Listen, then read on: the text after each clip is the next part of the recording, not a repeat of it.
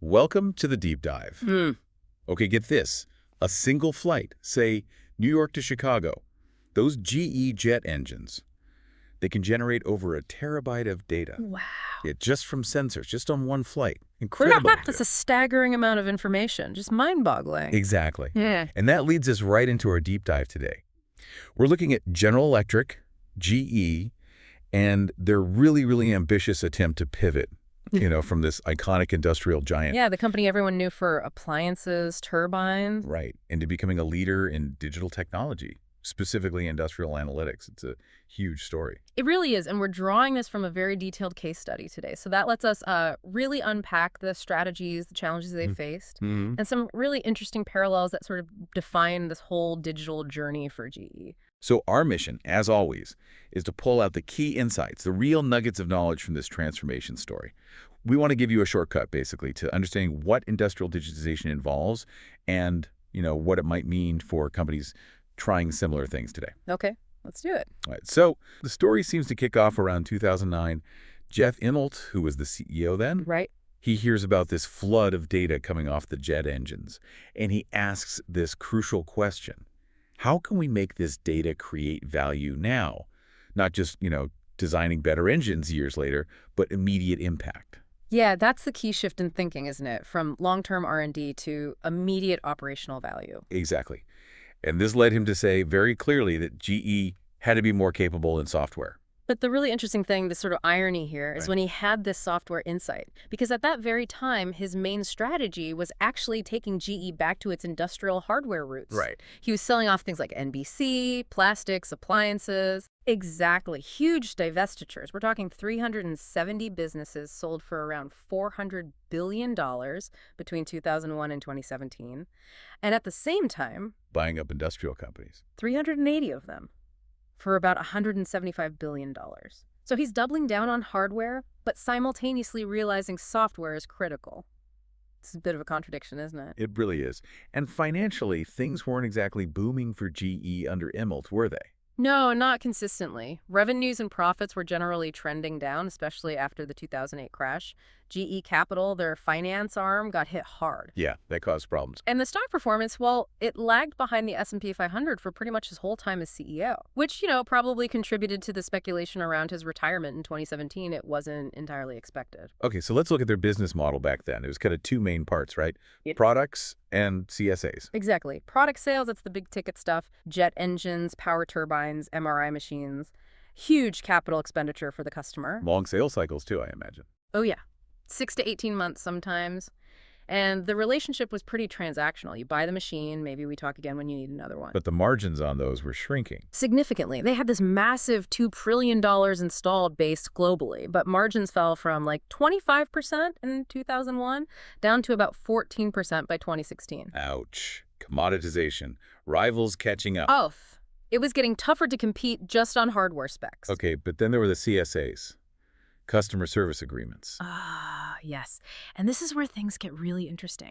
CSAs had actually sort of quietly overtaken products in terms of backlog and profits. So these are the maintenance contracts, keeping the machines running. Precisely. Long-term deals. And think about the value. Take an offshore oil rig. If that rig goes down for just one day, Big losses. huge. It could cost the operator $5 to $7 million per day.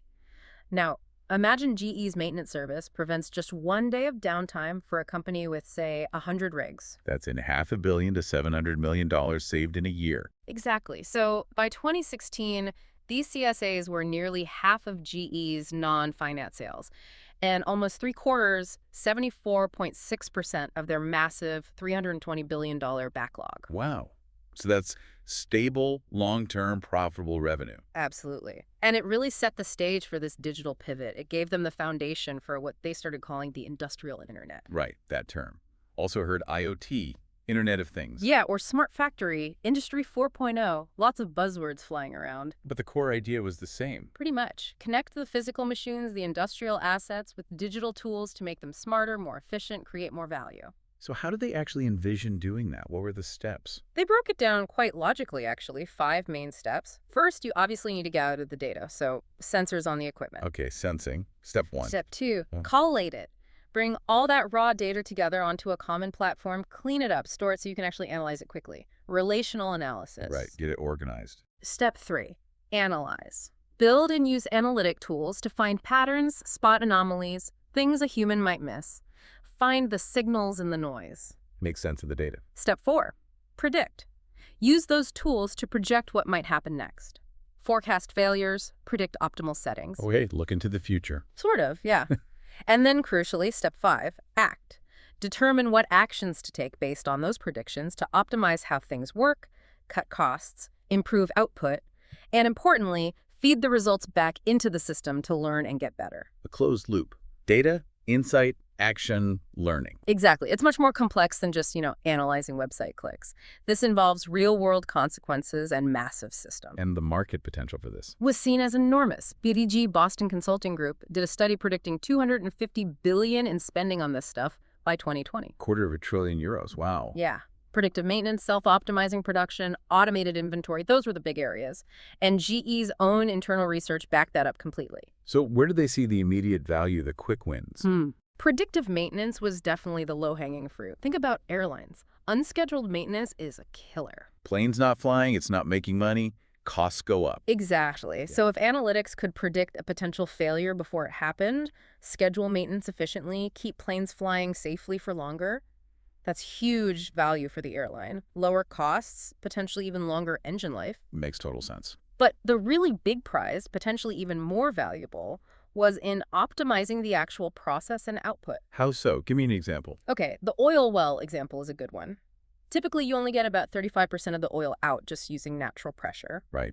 What if, by using sensors and analytics to constantly monitor and adjust pumps, pressure, filters, you could increase that extraction, the lift, by just 1%. 1 percentage point across the industry. Globally, yeah. That Yeah. could mean an extra 80 million barrels of oil per year. That's roughly equivalent to the entire world's oil production for a single day. That's staggering. It is.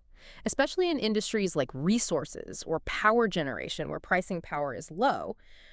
If you can optimize output and reduce your unit cost even slightly through real-time adjustments, that's massive. Okay, so the opportunity is clear. Huge potential. But then the fight begins, right? Who gets to capture that value?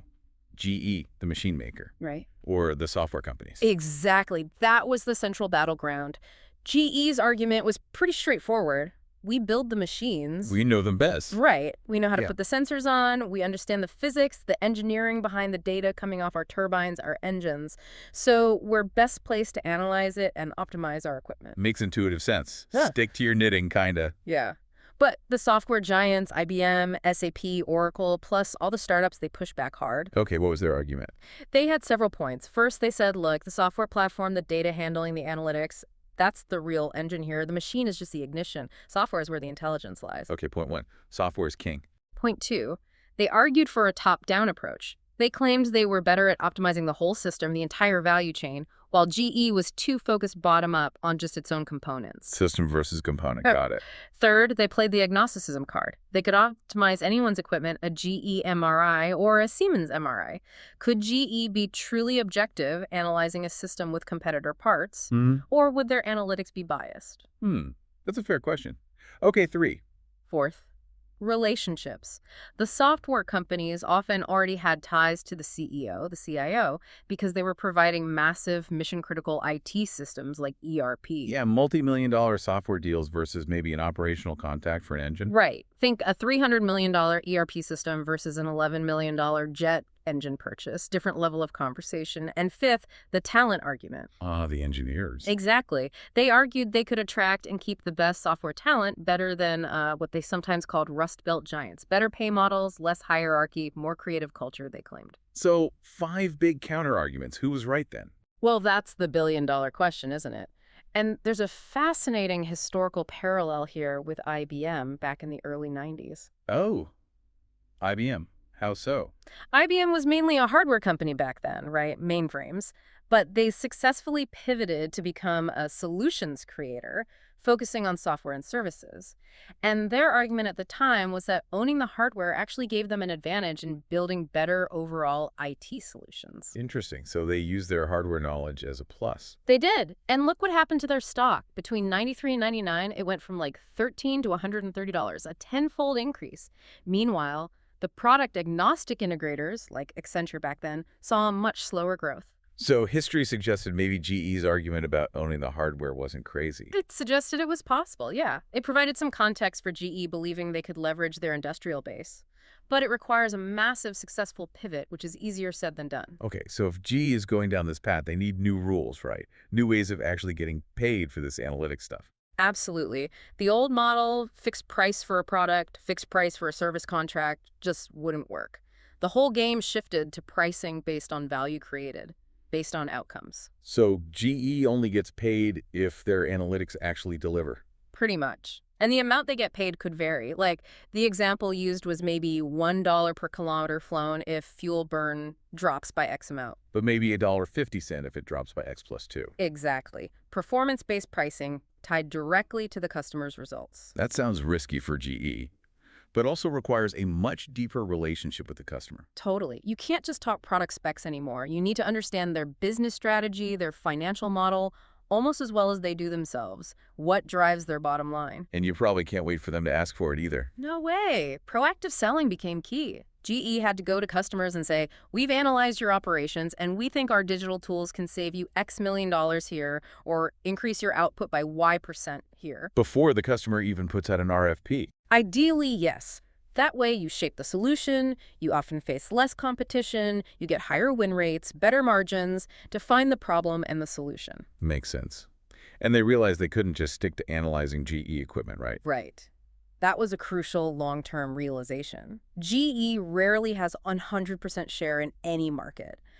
And a customer's process involves equipment from many vendors. Like the pipeline example, GE pump, but maybe someone else's valves. Exactly. If you're getting paid based on the overall improvement in pipeline flow, you can't just analyze your pump. You need to analyze the whole system, including the competitor's valve. You need to be holistic. Okay, but this outcome model, being responsible for the result, it increases GE's risk, doesn't it? Hugely, which led to some really fundamental strategic questions, like how much control should GE demand? Should they be able to automatically tweak that competitor's valve if their analytics say so? Right, take operational control to guarantee the outcome they're being paid for, or should they go a different route? Like licensing. Yeah.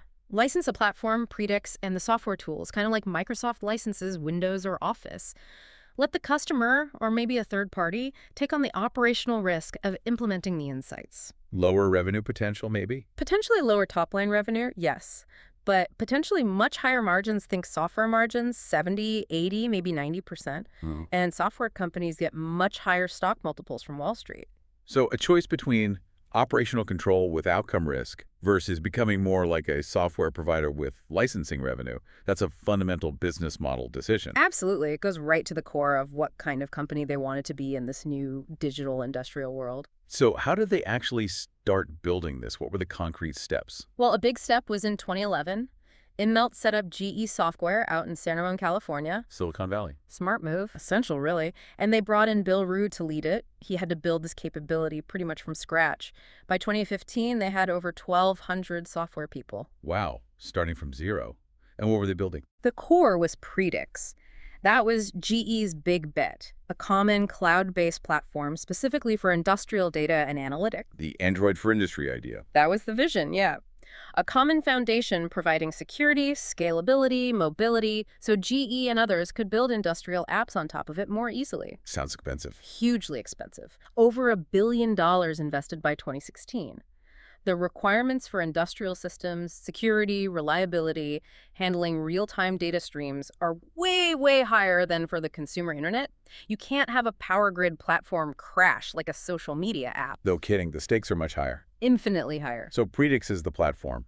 Then what? Then in September 2015, they formally created GE Digital, pulling together various software efforts, with Bill Rue as the chief digital officer. And Immelt had a big vision for this. Oh, yeah. He declared GE would become the world's premier digital industrial company. The goal was ambitious. grow digital revenues from $6 billion in which 2015. is already quite a bit. It is, but they wanted to hit $15 billion by 2020, become a top 10 software company. That was the target. 15 billion. That's serious scale. Yeah. Did they get some early traction? They did. Being proactive helped, leveraging those existing customer relationships from the hardware and CSA side, and they tried to simplify the message. The get connected, get insights, get optimized thing. Yeah, trying to make it less intimidating for industrial customers. And they landed some significant deals. That New York Power Authority NYPA deal in 2016 was held up as a big win. Predicting $1 trillion in value. That sounds optimistic. Maybe a bit, but it showed the ambition. And it was structured with outcome-based revenue for GE. Rowe was pretty bullish, claiming they had a first-mover advantage, the only ones with a platform stretching from the edge, the machines themselves, all the way to the cloud. Okay, so momentum building, big vision. Yeah. But surely there were roadblocks, challenges. Oh, absolutely. Huge ones. One of the biggest was internal, the people, specifically the sales force. Right, you mentioned they needed a different skill set. Completely different. Selling complex, outcome-based analytic solutions requires deep strategic thinking, understanding the customer's business inside out. It's not like selling a turbine based on specs or renewing a maintenance contract. So retraining or hiring. Both were incredibly difficult. Could you retrain someone who'd sold hardware for 20 years to suddenly become a strategic digital consultant? Many couldn't or wouldn't make that leap. And hiring new people with those skills. Also tough and expensive. Plus, you needed the software engineers themselves. The war for talent. Fierce. Absolutely fierce. They got to 1,500 experts by 2017, but finding, hiring, and keeping top software talent when you're competing against Google, Amazon, Facebook, all the hot startups. Especially if you're seen as an older industrial company. Exactly. That Silicon Valley location for GE Digital was non-negotiable. Trying to do that from, say, Connecticut. Probably impossible. Okay, so people challenges. What else? The risk of cannibalization. A classic innovator's dilemma. Meaning the new digital stuff might eat into the profits of the old stuff? Precisely. Take the jet engines again.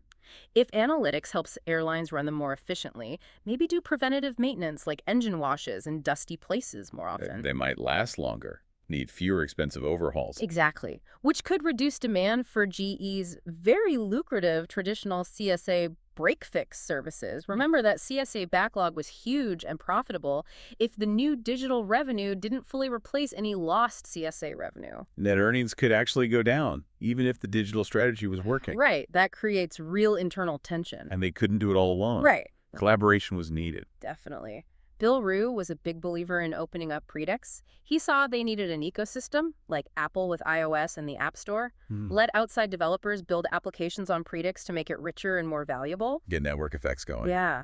And they also pursued bigger partnerships, joint ventures at the enterprise level. Like Teleris, the venture with Accenture. Right. GE Aviation and Accenture teamed up to offer intelligent operations services to airlines, trying to be equipment agnostic, reducing maintenance, reducing delays. How did that go? Well, they landed a big contract with Etihad Airline in 2013, which was promising. But not many other major deals followed in the next few years, which raised some questions. And they had a lot of other alliances too, didn't they? A whole slew of them. Accenture, PwC, Deloitte, EY, TCS, Microsoft, Oracle, Intel, Huawei, Cisco. Even traditional rivals were on the list. Wow. Yeah. That's a lot of partners. Maybe Yeah. too many. Some analysts wondered that. Was it a coherent strategy or just GE hedging its bets? Trying a bit of everything because the future was so uncertain? Maybe a bit of natural hedging, as some called it? Okay, so fast forward to June 2017. ML steps down. GE Digital is doing about $6 billion in revenue. Which was just under 5% of total GE revenues at the time. And the stock apparently had been doing okay compared to other industrials, at least until recently before his departure. Right. But the big question hanging in the air was that slight outperformance because the market believed in the digital story? Or was it just because GE's core industrial businesses were maybe looking a bit better temporarily? It was hard to tell how much value the market was actually putting on the digital transformation itself. So the jury was still out, really. Very much so. And if Bill Rue was right, if GE truly had that first mover advantage in the industrial internet. They were out in front, leading the pack. Yeah. But being out in front also means, as the case study put it, you could not look to others for what to do to stay there. No one else's footsteps to follow. Exactly. Which leaves us with a really interesting closing thought for you, the listener, to chew on. When you're in that pioneering position, breaking new ground, with no clear map, what does it actually take to keep innovating, to sustain that leadership when you're literally making it up as you go along? A tough question. What does it take to stay ahead when you're the one defining ahead? Lots to think about there.